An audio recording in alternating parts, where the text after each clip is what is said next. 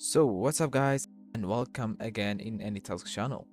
So today's video is going to be about how to get Instagram in Windows. So first of all, go to this page. You will find this link in the description and then click on download. Click here and then click in install.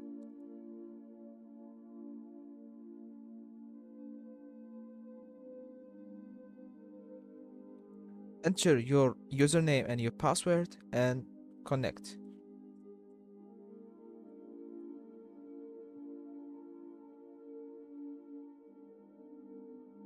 Please don't forget to subscribe and make sure to like this video. See you guys.